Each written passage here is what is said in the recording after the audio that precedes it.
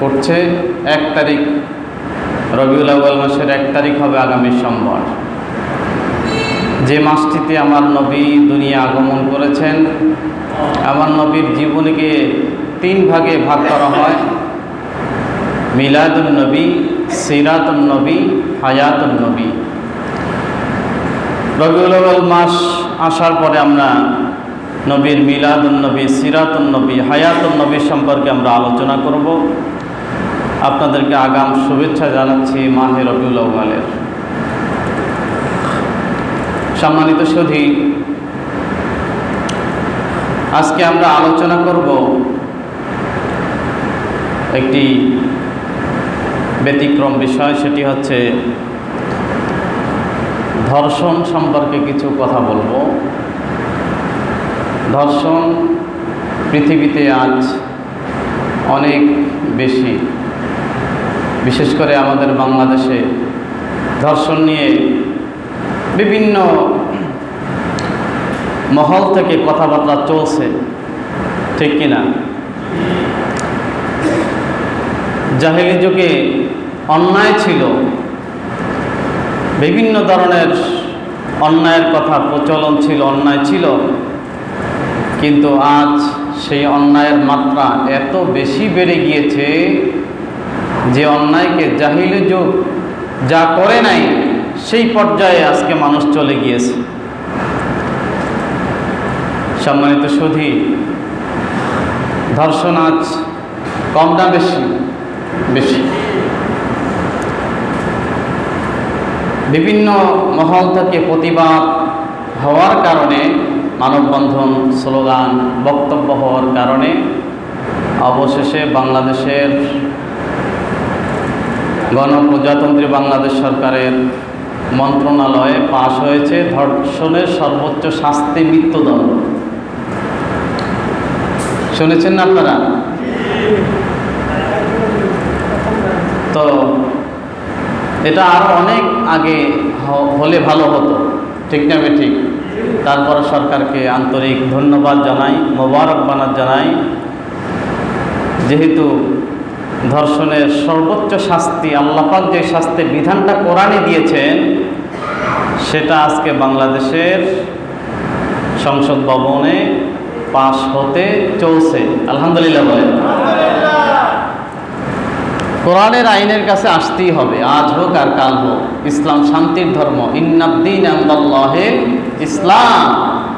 নিশ্চয়ই একমাত্র, কেবলমাত্র শান্তির ধর্ম, গ্রহণযোগ্য ধর্ম যেটি, সেটি হচ্ছে ইসলাম। আমান আহসানু কাওলাম মিম্মান দাআ ইলাল্লাহ ওয়া আমিলা সালিহা ওয়া ক্বালা ইন্নানী মিনাল মুসলিমিন। আল্লাহ পাক বলেন, ওই কথার চাইতে উত্তম কথা কার হতে পারে যে ব্যক্তি মানুষকে আল্লাহর দিকে ডাকে এবং ওয়া আমিলা সালিহা, নেক কাজ করে, অকালা ইন্নানী মিনাল মুসলিমিন, এবং যে ব্যক্তি নিজেকে একজন মুসলমান বলে পরিচয় দেয়। আমার আপনার দাবি একটাই, আমাদের মনের দাবি, আমাদের মুখের দাবি, আমরা মুসলিম। আমরা কি মুসলিম? আত্মসমর্পণকারী। মুসলিম শব্দের অর্থ হচ্ছে আত্মসমর্পণকারী। কার কাছে আত্মসমর্পণ? দুনিয়ার কোনো শক্তির কাছে মাথা নত করে না মুসলমানরা। দুনিয়ার কোনো শক্তিকে পরোয়া করে না, ভয় করে না। একমাত্র ভয় করতে হবে যাকে, তিনি কে? আল্লাহ সুবহানাহু ওয়া তাআলা। আজকে মানবতা, আজকে বিবেক, আজকে মেন্টালিটি এত নিচে নেমে গিয়েছে, আমাদের মানুষের হৃদয় থেকে ভয় কমে গেছে। পাপ বেড়ে যাওয়ার কারণে আজকে সারা পৃথিবীতে মানুষ অন্যায়ের মাত্রা বাড়িয়ে দিয়েছে, যে কারণে বিভিন্ন সময় আমরা শাস্তি দেখতে পাই। ঘূর্ণিঝড়, সিডর, আইলা, মহামারী, অতিবৃষ্টি, অনাবৃষ্টি, অনাচার, এগুলি হচ্ছে। এর কারণ কি? মানুষ অন্যায়, খুব অন্যায় বেশি বাড়িয়ে দিয়েছে। আল্লাহ রাসূল বলেন, অন্যায় হবেই। তসবির কেটে দিলে ওই মালাগুলি টপ টপ করে একটার পর একটা যেমনি জমিনে পড়ে যায়, অন্যায় যখন বেড়ে যাবে তখন সেভাবে আসমান থেকে আযাব গজবের অপেক্ষা করবে। সবাই বলবো নাউযুবিল্লাহি মিন যালিক। আজকে কোরআনের আইন মানুষ যখন দেয়ালে পিঠ থেকে যায়, যখন কোনো মতেই শাস্তি বন্ধ করা যায় না, তখন মানুষ একটি গ্রন্থের কথা স্মরণ করে, সেটি আমার কোরআন। সুবহানাল্লাহ বলে। এই কোরআনের কথা ইসলামে কি বলা আছে সেটি মানুষ তখন চিন্তা করে যে কোরআনে কি আছে। ধর্ষণ তো বন্ধ হচ্ছে না। আজকে সারা পৃথিবীর যত রাষ্ট্র আছে, যত দেশ আছে, সমস্ত দেশের তুলনায় সৌদি আরবে ধর্ষণের মাত্রা কি কম না বেশি? সৌদি আরব কি বেশি না কম? কম। এর কারণ হচ্ছে সৌদি আরবে শাস্তি আছে, শাস্তির বিধান চালু আছে, যে কারণে পৃথিবীর সব দেশ থেকে সৌদি আরবে ধর্ষণের মাত্রা কম, যদিও সে দেশের ব্যাপারে ভিন্ন সমালোচনা আছে। কিন্তু ধর্ষণ, বেনামাজের সংখ্যা কম, ধর্ষণের সংখ্যা কি কম, বেবিচারের সংখ্যা কম। একটাই মাত্র কারণ, সে দেশে আইন চলে, বিচার চলে আল্লাহর কোরআন দিয়া। সুবহানাল্লাহ। বাংলাদেশ সারা পৃথিবীতে, বাংলাদেশ যদিও পৃথিবীতে 10টা দেশ আছে ধর্ষণ সবচেয়ে বেশি হয়, সেই কাতারে যদিও বাংলাদেশ এখনো পড়েনি, কিন্তু পড়বে না যে তার গ্যারান্টি কোথায়? তার আগেই ধর্ষণের সর্বোচ্চ শাস্তি মৃত্যুদণ্ড, এটা পাশ হতে চলেছে। আলহামদুলিল্লাহ বলি সবাই। সম্মানিত হাজিরিন, আজকে পিতার কাছে মেয়ে নিরাপদ নয়, ভাবতেও অবাক লাগে। জয় বলুন নাউজুবিল্লাহ। চাচার কাছে ভাতিজি নিরাপদ নয়, নানার কাছে নাতি নিরাপদ নয়, ইত্যাদি। এরপরে অন্যগুলি নাইলে বাদেই দিলাম। আজকে কত অপরাধ এই জমিনের মধ্যে হচ্ছে। আল্লাহ পাক রব্বুল আলামিন ধৈর্যশীল বিধায় আল্লাহ পাক রব্বুল আলামিন বরদাস্ত করেন, কিন্তু মানুষ যখন পাপের সীমালঙ্ঘন করে, যখন একদম চরম সীমায় পৌঁছে যায়, তখন আল্লাহ পাক ছাড় দেন না। নারীর ইজ্জত দুনিয়ার কোনো ধর্ম দিতে পারে নাই যে ইজ্জত দিয়েছে আমার ইসলাম। আপনার আমার ধর্ম ইসলাম, কোরআন, আমার নবী, আমার আল্লাহ নারীকে যে ইজ্জত দিয়েছে, সম্মান দিয়েছে, পৃথিবীর কোনো ধর্ম তা দিতে পারে। ঠিক কিনা বলো? ইসলাম। আমার আল্লাহ পাক রব্বুল আলামিন বলেন, আমিন আয়াতিহি আন খালাকা লাকুম মিন আনফুসিকুম, আমিন আয়াতিহি আন খালাকা লাকুম মিন আনফুসিকুম লিতাসকুনু ইলাইহা ওয়া জাআলা বাইনাকুম মাওয়াদ্দাতান ওয়া রাহমা ইন্না ফী যালিকা লিকাওমিন ইয়াতাফাক্কারুন। আল্লাহু আকবার। আল্লাহ পাক বলেন, আমি তোমাদের মধ্য থেকে আমি তোমাদের স্ত্রী তৈরি করেছি, সৃষ্টি করেছি, এবং স্বামী এবং স্ত্রীর মধ্যে আমি ভালোবাসা তৈরি করে দিয়েছি। এবং এটা যারা জ্ঞান বা যারা বিবেক সম্পন্ন তাদের জন্য আমার নিদর্শনের দিক থেকে তাদের জন্য শিক্ষা রয়েছে। তারা চিন্তা করবে, তারা গবেষণা করবে আমার নিদর্শন নিয়ে। আমার রাসূল পাক সাল্লাল্লাহু আলাইহি ওয়াসাল্লাম বলেন, হুব্বিবা ইলাইয়া মিন দুনিয়াকুম সালাস, আন-নিসাউ আত-তাইয়্যিবু ওয়া কুররাতু আইনি ফিস সালাত। পড়েন আল্লাহু আকবার। আমার নবী বলেন, দুনিয়ার মানুষ শোনো, তোমাদের এই পৃথিবীর মধ্যে যত বস্তু রয়েছে সমস্ত বস্তুর মধ্যে 3টি জিনিস আমার কাছে প্রিয়। আমি 3টি জিনিস সবচাইতে বেশি ভালোবাসি, বেশি মহব্বত করি। এর একটা হলো সালাত। একটি কি? সালাত। সালাত নবীর কাছে সবচাইতে বেশি প্রিয়। এরপরে নবী বলেন, আত-তাইয়্যিবু, সুগন্ধি আতর আমি বেশি পছন্দ করি। আমার নবী বলেন, আন-নিসাউ, 3 নম্বরে আমার কাছে বেশি প্রিয়, সেটি হচ্ছে স্ত্রী। নবী স্ত্রীদেরকে সবচাইতে বেশি ভালোবাসতেন। বলুন না সুবহানাল্লাহ। আজকে পৃথিবীতে বিশ্ব ভালোবাসা দিবস নামে দিবস আছে, কিন্তু আমার ধর্ম, আমার ইসলাম ভালোবাসার মধ্যেই, আমার ধর্ম পুরোটাই ভালোবাসার মধ্যে দিয়ে আবিষ্কার। সুবহানাল্লাহ বলো। আমার ধর্মটা সব জায়গায় ভালোবাসা, ঠিক না বেঠিক? দিবস পালন করে ভালোবাসা শেখাচ্ছ তুমি। যেই দেশ এই দিবস আবিষ্কার করেছে ওদের দেশে তো ভালোবাসা নাই। স্বামীকে রেখে স্ত্রী অন্যের ঘরে বসবাস করে, রাত যাপন করে। কোর্ট আবার মামলা দিলে কোর্ট আবার বিচার করে যে তোমার স্ত্রী কোথায় যাবে তাতে তোমার কি দরকার, তার যেথায় ইচ্ছা সেথায় যাবে। জোরে বলুন না নাউজুবিল্লাহ। এ হচ্ছে ইউরোপ, আমেরিকা। কিন্তু আমার ধর্ম ভালোবাসা শিক্ষা দিয়েছে। রসুল আমার স্ত্রীদেরকে কিভাবে ভালোবাসতেন আপনি অবাক হয়ে যাবেন। আমার রসুলের সর্বপ্রথম স্ত্রীর নাম কি? হযরতে খাদিজাতুল কুবরা রাদিয়াল্লাহু তাআলা আনহা। আমার নবীর বয়স যখন 25, খাদিজার বয়স তখন কত? 40 বছরের এক বিদ্যা তহেরা পবিত্র নারীকে বিয়ে করেছেন তিনি, হযরতে খাদিজাতুল কুবরা রাদিয়াল্লাহু তাআলা আনহা। আম্মা জান হযরত আয়েশা সিদ্দিকা রাদিয়াল্লাহু তাআলা আনহা বলেন, আমি একদিন আমার নবীকে খুঁজে পাচ্ছিলাম না আমার বিছানায়। আমার ঘুম ভেঙে যায়। আমি ঘুম ভাঙার পরে ঘর থেকে বের হয়ে গেলাম। কবরস্থানের মধ্যে আমি দেখলাম নবীজি হাত তুলে তিনি দোয়া করছেন। আমি পিছন দিক থেকে আমি একটু দাঁড়িয়ে শুনতে চেষ্টা করলাম নবীজি কি বলেন। নবীজি আল্লাহর কাছে বলছেন, আল্লাহ যখন কঠিন কিয়ামতের ময়দান কায়েম হয়ে যাবে, মানুষগুলো যখন একে অপরকে ভুলে যাবে, পিতা তার সন্তানের কথা ভুলে যাবে, সন্তান তার পিতার কথা ভুলে যাবে, মা তার সন্তানের কথা ভুলে যাবে, সন্তান মায়ের কথা ভুলে যাবে, স্বামী স্ত্রীকে পরিচয় দিবে না, ওই কঠিন কিয়ামতের ময়দানে আমি আল্লাহ, আমি স্বামী মুহাম্মদ রাসূলুল্লাহ যেন আমার স্ত্রী খাদিজাকে ভুলে না যায়। আম্মা জান আয়েশা বলেন, মোনাজাত শেষ করার পরে আমি জিজ্ঞেস করলাম, ইয়া রাসূলুল্লাহ, ইয়া হাবিবাল্লাহ, বৃদ্ধ বয়সে আপনি এক নারীকে বিয়ে করেছেন, বৃদ্ধ বয়সের নারী, আপনি তার কথা আজও ভোলেন নাই।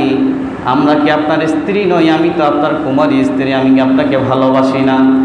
আমার রাসূল বললেন, ও আয়েশা, জীবনে এমন কথা তুমি আমার কাছে আর কোনোদিন বলো না।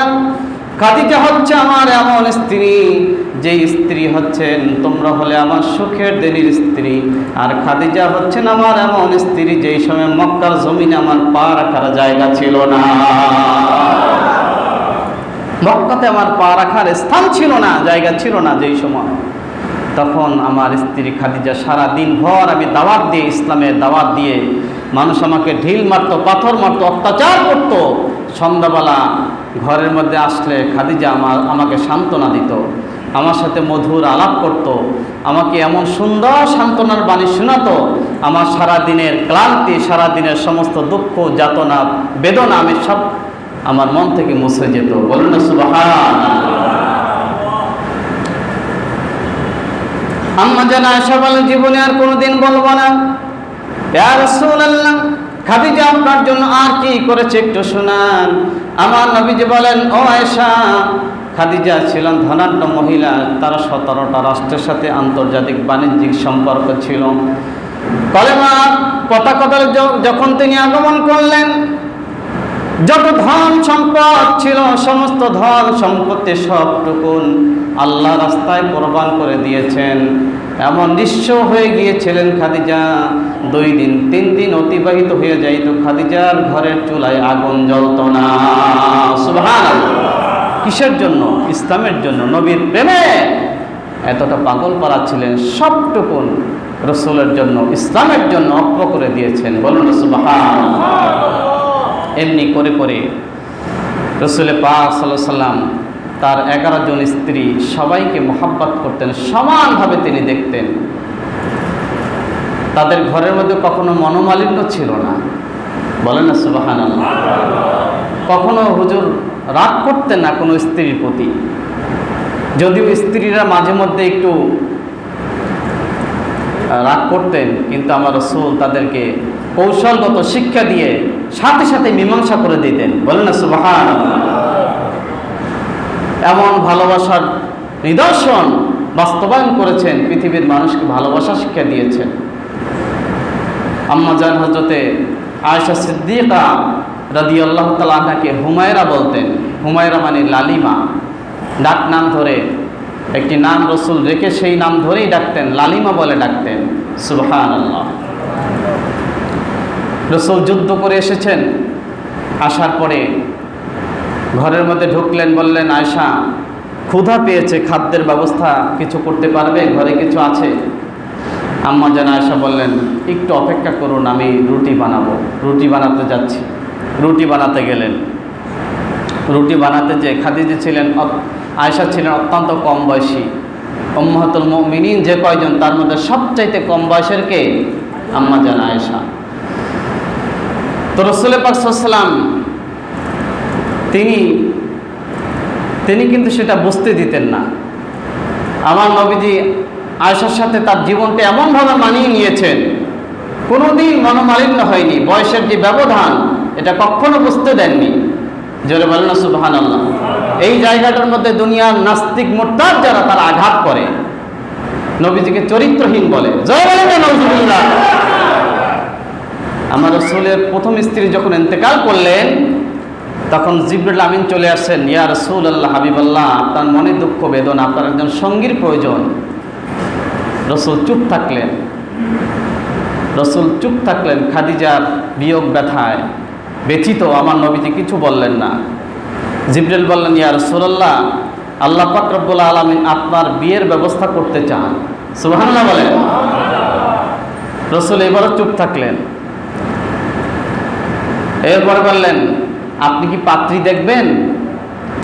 সিরাতের কিতাবে সিরাতে ইবনে হিশাম, তারপরে বেদায়া ওয়ান নেহায়া, এই কিতাবের মধ্যে এসছে জিবরিল আমিন রাসূল পাক সাল্লাল্লাহু আলাইহি ওয়াসাল্লামকে বললেন ইয়া রাসূলুল্লাহ, আপনি কি পাত্রী দেখবেন? রাসূল সম্মতি জ্ঞাপন করলেন। তখন জিবরিল সালাম তার হাতের মধ্যে পাত্রী দেখালেন, মা আয়েশার ছবি দেখালেন। সুবহানাল্লাহ ওয়া বিহামদিহি। আমার রাসূল আলহামদুলিল্লাহ বললেন। অর্থাৎ আম্মা জান আয়েশার সাথে নবীর যে বিবাহ বন্ধন, এটা ফয়সালা হয়েছে আসমানে। সুবহানাল্লাহ।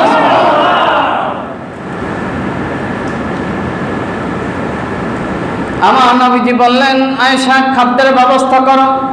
আম্মা জান আয়েশা পাকঘরে খাদ্য বানানোর জন্য রুটির খামির তৈরি করলেন। আম্মা জান হযরত আয়েশা সিদ্দিকা রাদিয়াল্লাহু তাআলা আনহা খামির তৈরি করতে করতে তার চোখে ঘুম এসে গেছে, তিনি ঘুমিয়ে পড়লেন।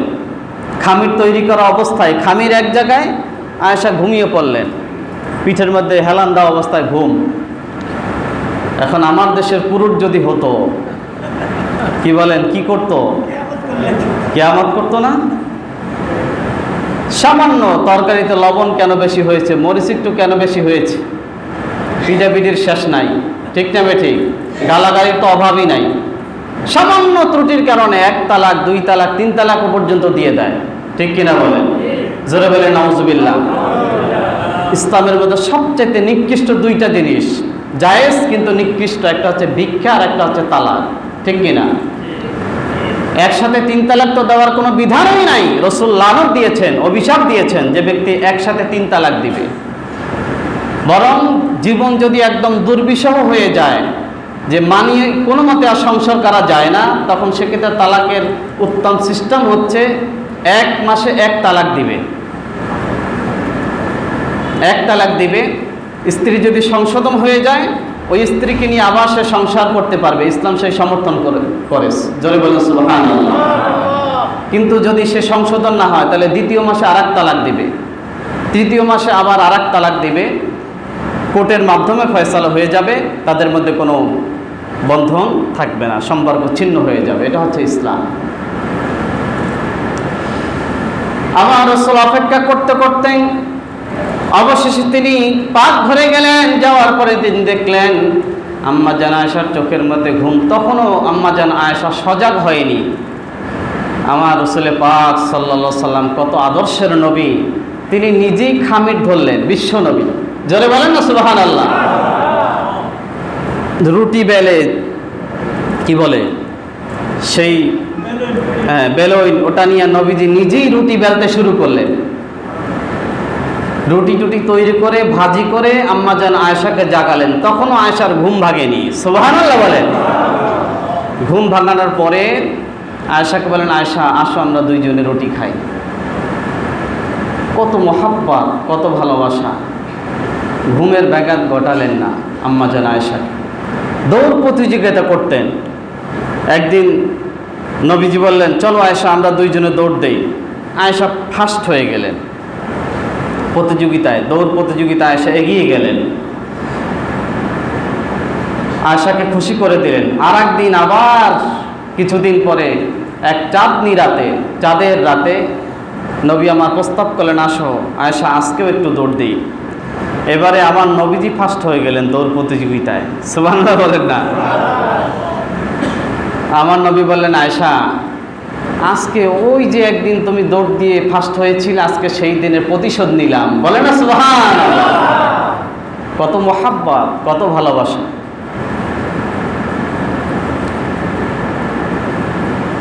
একজন স্বামীর যদি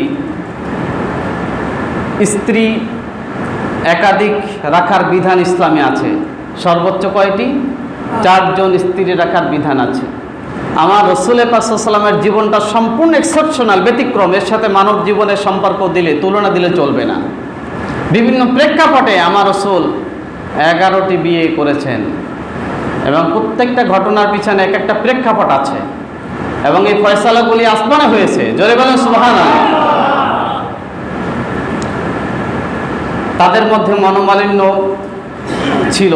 প্রত্যেক স্ত্রীর স্বামীর প্রতি একটা আলাদা টান থাকে, একটা ভালোবাসা থাকে, মহাব্বত থাকে। এই কেন্দ্রিক একাধিক স্ত্রী থাকলে একটু মনোমালিন্য, কথা কাটাকাটি, একটু গণ্ডগোল সংসারের মধ্যে হয়ে থাকে, ঠিক কিনা বলেন? নবীজি আম্মাজান আয়েশার ঘরে হাফসা রাদিয়াল্লাহু তাআলা আনহা, নবীর আরেক স্ত্রী, আমাদের আরেক মা,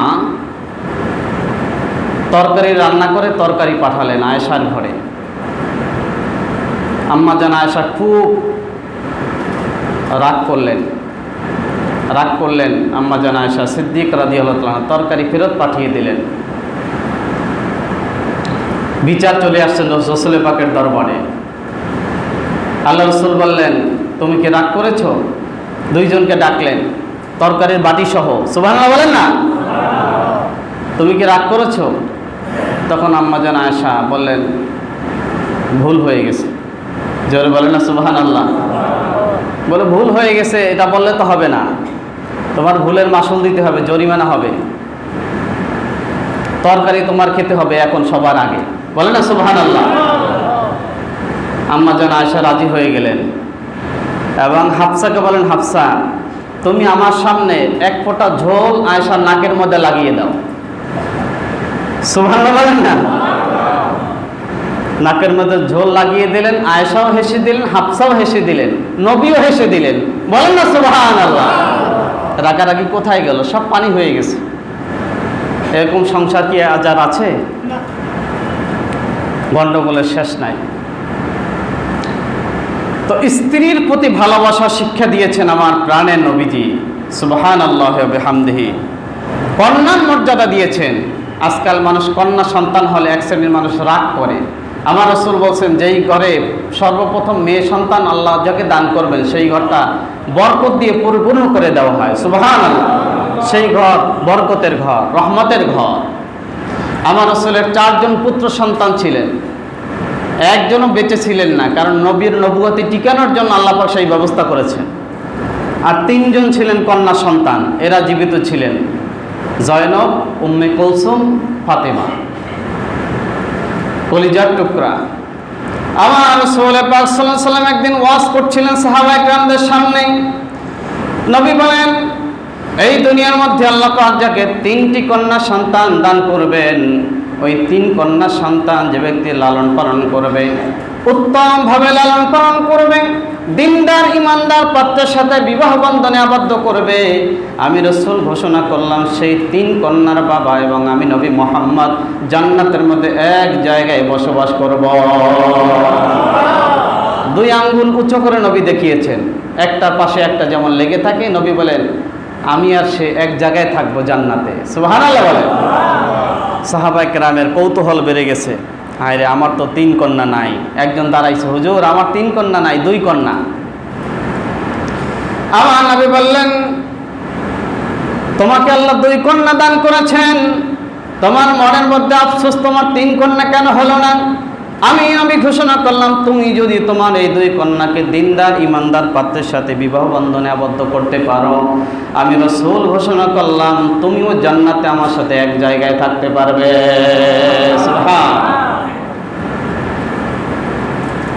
এই হাদিসটার রাবী বলেন নবীজিকে যদি একজন কন্যার ব্যাপারে জিজ্ঞেস করা হতো, রাসূল তার জন্য জান্নাতের সুসংবাদ দিতেন। সুবহানাল্লাহ। ইজা বুশরা আহাদুহুম বিল উনসা জাল্লা ওয়াজহুহু মাসওয়াদ্দা ওয়া হুয়া কাযীম।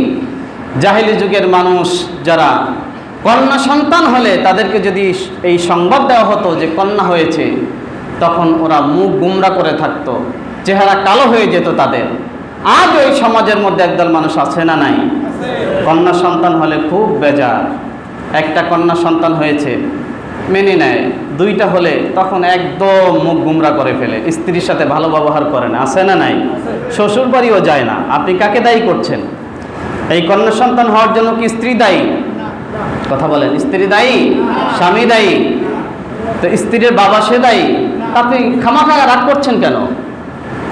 আল্লাহ পাক বলেন কন্যা তো আমি দেই, ছেলে তো আমি দেই, কাউকে ছেলে দেই, কাউকে মেয়ে দেই, কাউকে ছেলেও দেই মেয়েও দেই, কাউকে কিছুই দেই না। ফাআলুল লিমা ইউরিদ, যা ইচ্ছা আমি তাই করি। তোমার মেনে নেওয়াটাই তোমার ঈমান। জোরে বলেন সুবহানাল্লাহ। আম্মাজান আয়েশার ঘরে কোনো সন্তান জন্ম নেয় নাই, কিন্তু তার জীবনে আফসোস করেছেন একটা হাদিসেও পাওয়া যায় না। আম্মাজান আয়েশার ঘরে কোনো সন্তান ছিল না। সন্তান এটি আল্লাহ পাকের নিয়ামত, কিন্তু না দিলে তো কিছু করার নাই। আল্লাহর কাছে ফরিয়াদ করা ছাড়া কোনো উপায় নাই। অনেক নবী ধৈর্যের পরিচয় দিয়েছেন। নবী ইব্রাহিমের সন্তান হয়েছে ৮৬ বছর বয়সে। সুবহানাল্লাহ বলে। এর আগে কোনো সন্তান হয় নাই। জাকারিয়া নবীর সন্তান হয়েছে ১২০ বছর বয়সে। ১২০ বছরের মধ্যে কোনো সন্তান নাই। তা আল্লাহ পাক পরীক্ষা নিয়েছেন, সন্তানের মর্যাদা দিয়েছেন ইসলাম।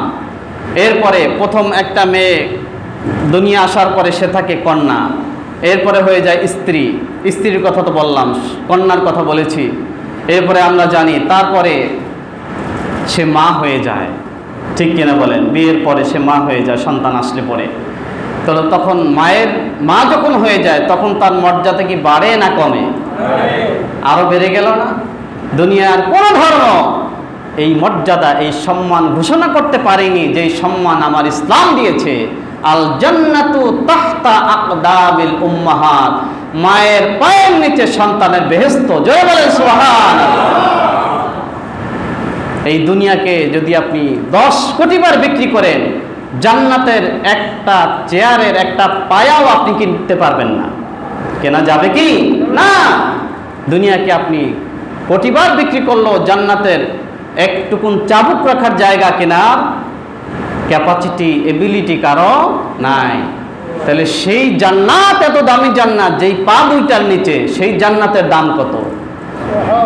রাসূল বলেন দুনিয়ায় মায়ের দোয়া নাও, মাকে শ্রদ্ধা করো, ভালোবাসো, মায়ের জন্য তুমি জীবন দাও, কলিজা দিয়ে মাকে ভালোবাসো, শ্রদ্ধা করো, আল্লাহ পাক তোমার দোয়া কবুল করবেন। নবী আমার বলেন যে ব্যক্তি তার মা তার বাবার দিকে তাকায় শ্রদ্ধার নিয়তে, খেদমতের নিয়তে, শ্রদ্ধার নজরে, আল্লাহ পাক তাকে একটা কবুল হজের সওয়াব দান করবেন। সাহাবী আরজ করলেন নবী গো, আমি যদি 100 বার তাকাই? রাসূল বললেন নাআম আল্লাহু আকবার ওয়া আতিয়াব, একটাও কম নাই। 100 বার তাকাইলে 100 বার কবুল হজের সওয়াব হয়ে যাবে। সুবহানাল্লাহ। কত সম্মান, কত মর্যাদা দিয়েছেন। আমার রাসূল বলেন, তোমার আব্দুল কাদের জিলানী রহমতুল্লাহ একটা কিতাব লিখেছেন, গনিয়াতুত তালিবিন। এই কিতাবের মধ্যে তিনি লিখছেন যে একজন সন্তান তার মায়ের 2 বছর যে দুধ পান করে তাতে প্রায় 40 থেকে 45 মণ দুধ পান করে। জোরে বলেন না সুবহানাল্লাহ। আমার রাসূল বলেন, তুমি যদি তোমার মায়ের জন্য তোমার শরীরের চামড়া কেটে এক জোড়া জুতা তুমি বানিয়ে তোমার মায়ে পরিয়ে দাও, 1 ফোঁটা দুধের দাম তোমার আদায় হবে না। সুবহানাল্লাহ, সুবহানাল্লাহ। এই মা সবচেয়ে বেশি ভালোবাসতে হবে মাকে এবং বাবাকে। মায়ের কথা নবীজি 3 বার বলেছেন। সাহাবী প্রশ্ন করছেন, নবী গো, মাকে আমি সবচাইতে বেশি খেদমত করব কার? নবীজি বললেন, তোমার মা। সাহাবী দ্বিতীয় প্রশ্ন, হুজুর তারপরে কার? নবী বললেন, তোমার মা। এরপরে কার? নবী আবারও বললেন, কার কথা? 3 বার বললেন মায়ের কথা। সাহাবী চতুর্থবারে প্রশ্ন করার পরে নবী বললেন, তোমার বাবা। তাহলে মায়ের মর্যাদা বাবার চাইতে 3 গুণ বাড়িয়ে দিয়েছেন। জোরে বলুন সুবহানাল্লাহ। মায়ের খেদমত করতে হবে, তাদের দোয়া নিতে হবে। পিতাকে কিন্তু অসম্মান করা যাবে না। পিতাও কিন্তু অবদান। মায়ের স্পেশাল কিছু কষ্ট আছে। গর্ভে ধারণ করেন, দুধ পান করান, প্রসব বেদনার কষ্ট। এই কষ্ট 3টি কষ্টের কথাই বিশেষ করে বলা হয়েছে। এই কারণে সন্তানের হকটা বেশি। কিন্তু বাবার ভূমিকাও কিন্তু কম না। বাবা মাঠে ঘাটে কাজ করে, বিদেশ থাকে বছরের পর বছর। সন্তানের প্রতি তার যে কলিজা, তার যে টান, কলিজা ঠান্ডা হয়ে যায়। কিন্তু সন্তানের মুখে হাসি ফোটাবার জন্য, খাদ্য তুলে দেওয়ার জন্য 6 মাস, 3 মাস, বছর চলে যায়, তারপরেও সে বাড়ি যায় না। চাকরির তাগিদে তাকে থাকতে হয়, ঠিক কিনা বলেন? এই জন্য বাবার হক আছে, মা বাপকে ভালোবাসতে হবে। সম্মানিত হাজিরিন, তো ইসলাম নারীর মর্যাদা দিয়েছে।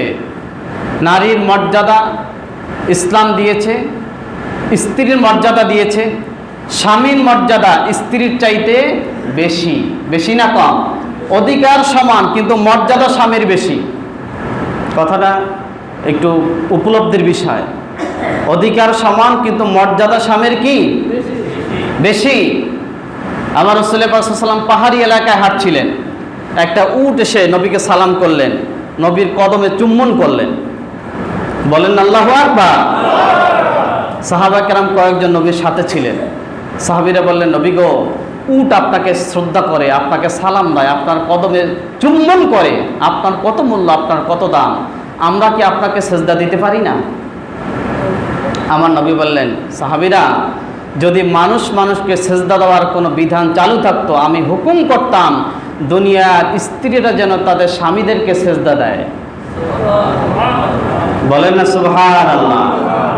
তাহলে স্বামীর মর্যাদা কত বাড়িয়ে দিয়েছেন আমার প্রাণের নবীজি। বলুন না সুবহানাল্লাহ। আজকে আমার দেশের অন্যায় অপরাধ দূর করার জন্য কোরআনের আইন চালু করতেই হবে, এর কোনো বিকল্প নাই, ঠিক কিনা বলেন? জেনা, বেবিচার, 4 জন সাক্ষী সাপেক্ষে বিচার সাব্যস্ত হবে। বেবিচারের ক্ষেত্রে, যে বেবিচার বলা হয় কাকে? নারী আর পুরুষ যদি এক হয়ে 2 জন সম্মতিতে যদি অন্যায় করে, সেটাকে বলা হয় জেনা, বেবিচার। আর এই বেবিচারের শাস্তি হচ্ছে, অবিবাহিত যদি হয় 2 জন, তাহলে তাকে 100 বেত্রাঘাত করতে হবে।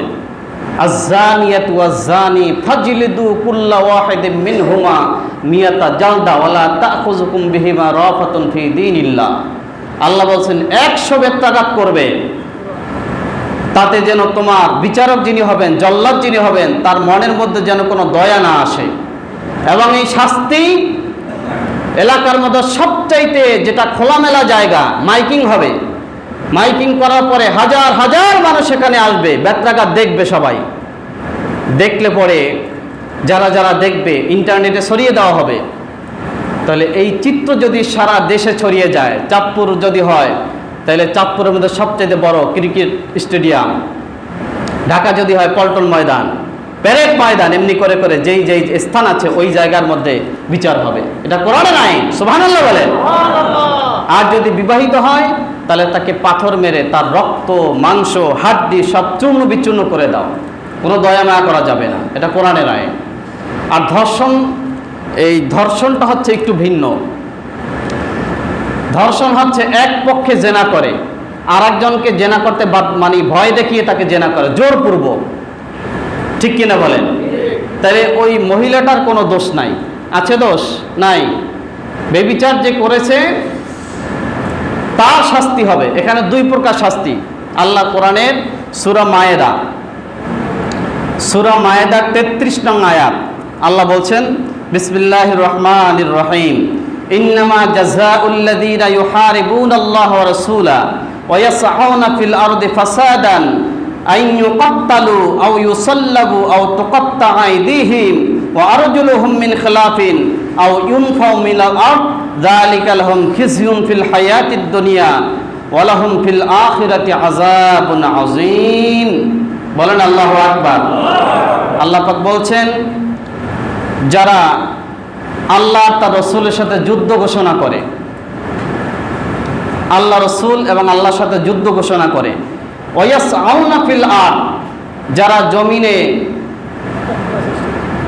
চলাচল করে, ফাসাদান, ফাসাদ সৃষ্টি করার জন্য। এই ফাসাদের ব্যাখ্যায় হাদিস শরীফ থেকে নেওয়া হয়েছে, সমস্ত দুনিয়ার সমস্ত মুফাসসির মুহাদ্দিস একমত, ফাসাদ মানে ত্রাস সৃষ্টি করা। ফাসাদ মানে কি?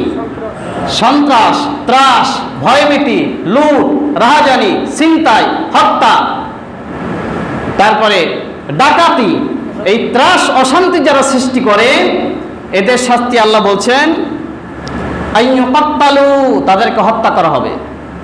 তাদের কি করা হবে? হত্যা করা হবে, স্বাভাবিক হত্যা, ফাঁসিতে ঝুলিয়ে হোক, বন্দুকের গুলিতে হোক, তাদেরকে হত্যা করতে হবে। এরপরে আল্লাহ বলছেন আও তুকাত্তা আইদিহিম, অথবা তাদেরকে কেটে দেওয়া হবে তাদের হাত, ও আরজুলুহুম, এবং তাদের পা, অর্থাৎ বিপরীত দিক থেকে তাদেরকে হাত পা কেটে দিতে হবে। মিন খেলাফিন, খেলাফ মানে বিপরীত, অর্থাৎ ডান হাত হলে বাম পা, বাম পা হলে ডান হাত, এভাবে বিপরীত দিক থেকে তাদের হাত পা কেটে দিতে হবে। আও ইউনফাউ মিনাল আরদে, অথবা তাদেরকে দেশ থেকে বহিষ্কার করা হবে, নাগরিকত্ব বাতিল করা হবে, দেশ থেকে বহিষ্কার।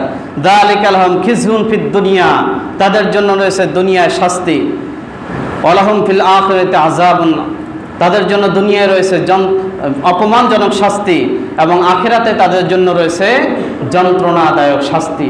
এখানে যদি ধর্ষণ কেউ করেই ফেলে তার শাস্তি হচ্ছে মৃত্যুদণ্ড, এটাই চূড়ান্ত কথা। আর ধর্ষণ করার চেষ্টা করেছে, সেক্ষেত্রে ধর্ষণ এখনো করেনি, সেক্ষেত্রে তার শাস্তি হবে, তাকে দেশ থেকে বহিষ্কার করা হবে। দেশ থেকে বহিষ্কার, এখানে 3টি শাস্তির কথা এসছে।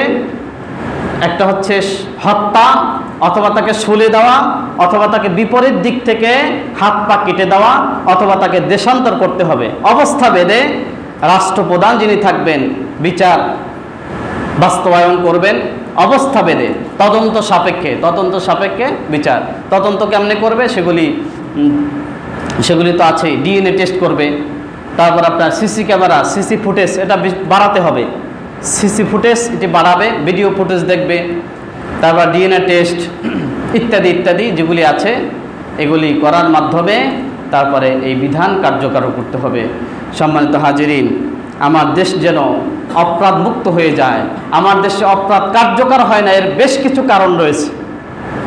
সেই কারণগুলিকে উৎখাত করতে হবে, পর্দার ব্যবস্থা জাতীয়করণ করতে হবে, ঠিক কিনা বলে? এরপরে শালীন পোশাক, অশালীন পোশাক ধর্ষণের জন্য একটা কারণ। অশালীন পোশাক পরে আজকাল ছেলেরাও পরে, মেয়েরাও পরে, ছেলে মেয়ে চেনা যায় না, সে ভিন্ন আলোচনা। এই জন্য প্রত্যেক মুসলমান সন্তানের ব্যাপারে সচেতন থাকতে হবে।